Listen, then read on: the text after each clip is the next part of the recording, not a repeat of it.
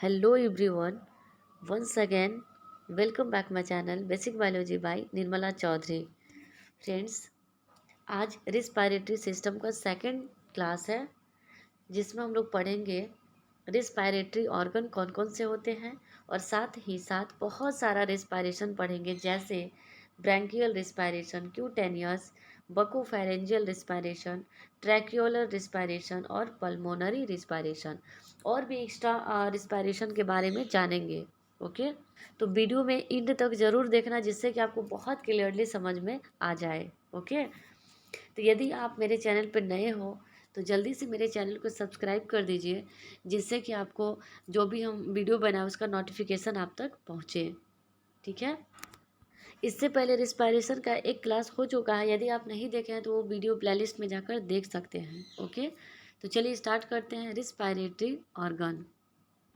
तो फ्रेंड्स, आप एक चीज़ जानते होंगे कि अलग अलग ऑर्गेनिज्म में अलग अलग रिस्पायरेटरी ऑर्गन होता है।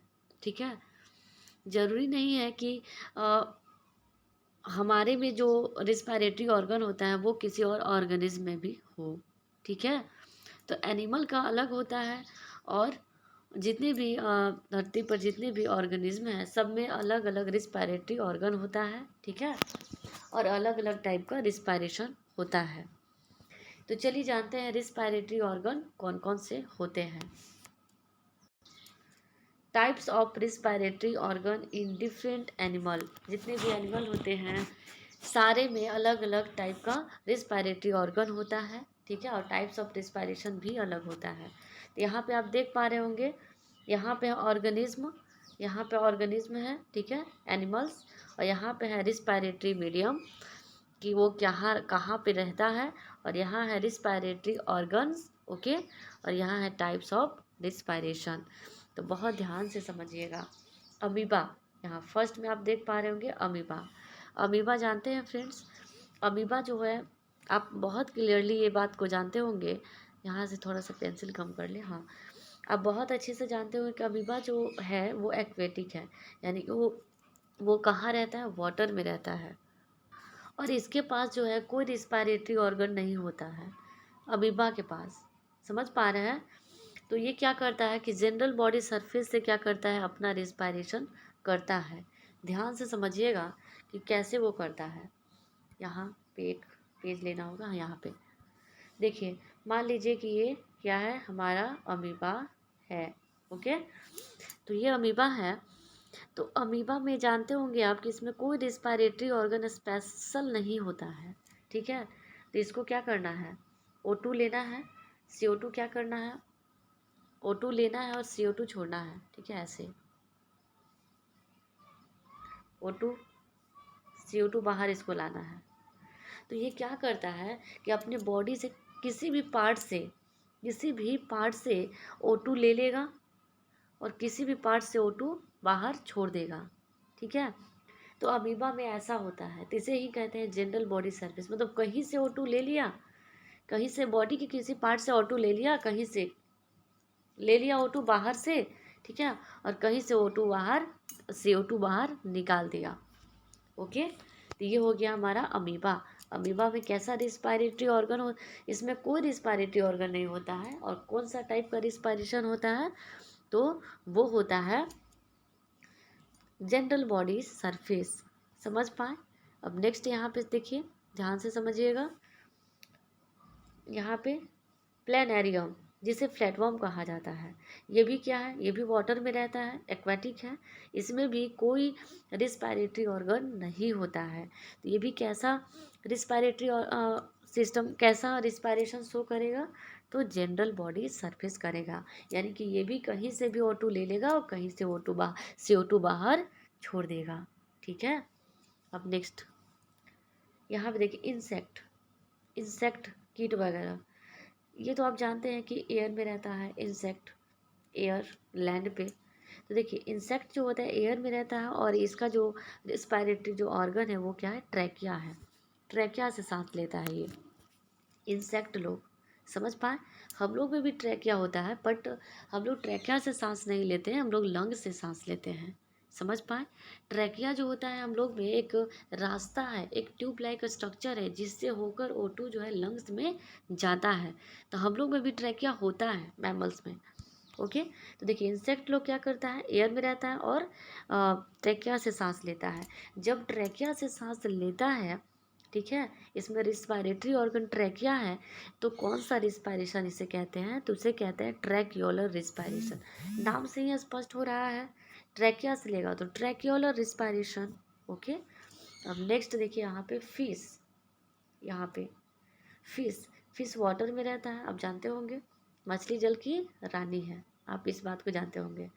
तो देखिए फिश वाटर में रहता है, तो ये क्या करता है, गिल से सांस लेता है,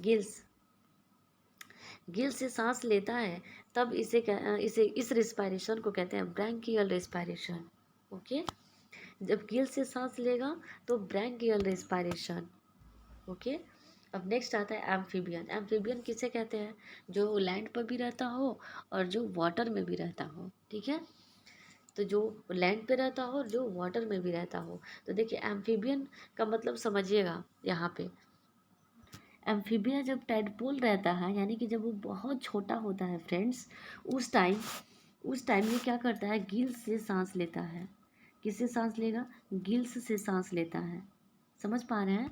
और गिल से सांस लेता है क्योंकि ये जब छोटा रहता है एम्फीबिया, यानी कि जैसे आप एग्जाम्पल के तौर पर यदि मेढक मेढक मेढक को देखे होंगे, तो मेढक जब छोटा रहता है, ठीक है, तो वो क्या करता है, गिल से सांस लेता है और वो पानी में रहता है। लेकिन जब वो थोड़ा बड़ा हो जाता है, एडल्ट हो जाता है, उसके बाद या तो वो भूमि भूमि पर जब रहेगा, यानी कि जब लैंड पर रहेगा तब वो लंग से सांस लेता है, लंग से सांस लेगा, ठीक है। लेकिन जब वो भूमि के अंदर जाएगा, मतलब मिट्टी के अंदर घुस जाएगा, जब वो मिट्टी के अंदर घुस जाएगा, अंदर चला जाएगा, तब उस कंडीशन में वो स्किन से भी सांस लेता है। समझ पाए? ये चीज़ समझ में आया कि एम्फीबिया जब टैडपोल रहता है उस टाइम क्या करता है ये, कि गिल से सांस लेता है, और जब एम्फीबिया एडल्ट हो जाता है, थोड़ा सा बड़ा हो जाता है, और जब वो लैंड पर रहता है, तब वो लंग से सांस लेता है। लेकिन जब एम्फीबिया भूमि के अंदर चला जाता है, भूमि के अंदर जाकर रहने लगता है, उस टाइम वो स्किन से सांस लेता है फ्रेंड्स। तो ये बात क्लियर हुआ? यदि नहीं क्लियर हुआ तो कोई बात नहीं, आप कमेंट करके बता सकते हैं। ओके, तो यहाँ पे देखिए एम्फीबिया टैडपोल वाटर में रहता है तो गिल से सांस लेगा, तो इस रिस्पायरेशन को क्या करेंगे, जब गिल से सांस लेगा, इस रिस्पायरेशन को ब्रैंकियल रिस्पायरेशन कहते हैं। ओके, और जब वो एम्फीबिया एडल्ट रहता है और वो वाटर में ही रहेगा या फिर वो मिट्टी के अंदर चला जाएगा, तो उस टाइम इस रिस्पायरेशन को, जब स्किन से रिस्पायरेशन होता है, तो इस रिस्पायरेशन को कहते हैं क्यूटेनियस रिस्पायरेशन, ठीक है। जब इस स्किन से जब सांस लेगा तो उसे क्या कहेंगे, क्यूटेनियस रिस्पायरेशन। लेकिन जब जब एम्फीबिया, ध्यान से समझिएगा, जब एम्फीबिया जो है रहता है एयर में, यानी कि लैंड पे रहता है, उस टाइम बहुत सारे एम्फीबिया जो हैं एयर में भी रहते हैं, तो एयर में जो रहते हैं उस टाइम वो बक्कल कैविटी से सांस लेते हैं, बक्कल कैविटी, जिसे ओरल कैविटी भी कह सकते हैं। ओके, हालांकि ये अलग होता है। तो बक्कल कैविटी, और जब बक्कल कैविटी से सांस कोई लेता है तब उसे कहते हैं बक्कोफेरेंजियल रिस्पायरेशन। ओके, और जब जब एम्फीबिया जमीन के अंदर चला जाएगा, ठीक है, भूमि के अंदर चला जाएगा, उस टाइम वो किस चीज़ से सांस लेता है, तो वो लंग्स से सांस लेता है फ्रेंड्स, हम लोग के जैसा। समझ पा रहे हैं? तो जब लंग्स से सांस लेगा तो उसे क्या कहेंगे, पल्मोनरी रिस्पायरेशन, ठीक है। तो ये चीज़ क्लियर हुआ? तो एम्फीबिया समझ में आया फ्रेंड्स? एम्फीबिया जो है जब लैंड पे रहेगा, लैंड पे रहेगा तो कैसे सांस लेगा, लंग्स द्वारा सांस लेगा, ठीक है। जब वो वाटर में रहेगा तो गिल्स द्वारा सांस लेगा, ठीक है।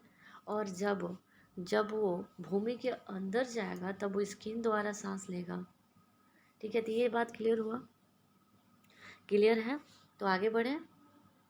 तो यहाँ पे आप देख पाए होंगे कि एम्फीबिया जो है जब वो भूमि के अंदर चला जाता है तो वो तो स्किन से सांस लेता है। स्किन को क्यूटेनियस रिस्पायरेशन कहते हैं। ओके, अब बात आता है रेप्टाइल, बर्ड्स और मैमल्स। तो रेप्टाइल, बर्ड्स और मैमल्स जो कि एयर में रहते हैं, लैंड पे रहते हैं, तो ये लंग से सांस लेते हैं। और जब लंग से सांस लेते हैं जैसे में हम लोग, तो उसे कहते हैं पल्मोनरी रिस्पायरेशन। समझ पाए? तो क्विकली जल्दी जल्दी रिवाइज कर लूँ। देखिए, amoeba general body surface, general body surface. Flatworm water में रहता है और general body surface. Insect, insect क्या करेगा? इंसेक्ट में होता है ट्रैकिया, ट्रैकिया द्वारा रिस्पायरेशन, तो ट्रैक्यूलर रिस्पायरेशन। फिश गिल द्वारा सांस लेता है जिसे ब्रैंकियल रिस्पायरेशन। और एम्फीबिया जो होता है, जब टैडपोल रहता है तो गिल से सांस लेता है, तो ब्रैंकियल रिस्पायरेशन। एम्फीबिया जब एडल्ट हो जाता है और वो लैंड पे आ जाता है, तब वो किस से सांस, लंग से सांस लेता है, तब उसे पल्मोनरी रिस्पायरेशन। और भूमि के अंदर चला जाता है तब वो स्किन से सांस लेता है जिसे क्यूटेनियस रिस्पायरेशन। ठीक है। और बर्ड्स, रेप्टाइल्स और मैमल्स पल्मोनरी रिस्पायरेशन करते हैं क्योंकि ये लंग से सांस लेते हैं। ओके, तो फ्रेंड्स आज के लिए बस इतना ही। आपको समझ में आया तो लाइक करना, शेयर करना, कमेंट करना। ठीक है, और कमेंट करके ज़रूर बताना कहाँ नहीं समझ में आया। ओके, उसको हम फिर से समझाने के प्रयास करेंगे। समझ में आया? तो रिस्पायरेशन भी हम लोग पढ़ेंगे बहुत डिटेल में। ठीक है, अभी तो चल ही रहा है और नेक्स्ट क्लास रिस्पायरेशन का ही होगा। ओके, तो आई होप कि आपको ये सारा कुछ क्लियर हुआ होगा, जितने भी रिस्पायरेशन है, रिस्पायरेटरी ऑर्गन है। Okay, thank you so much. आप आज के लिए बस इतना ही। मिलते हैं नेक्स्ट वीडियो में नेक्स्ट टॉपिक के साथ। तब तक के लिए बहुत बहुत धन्यवाद।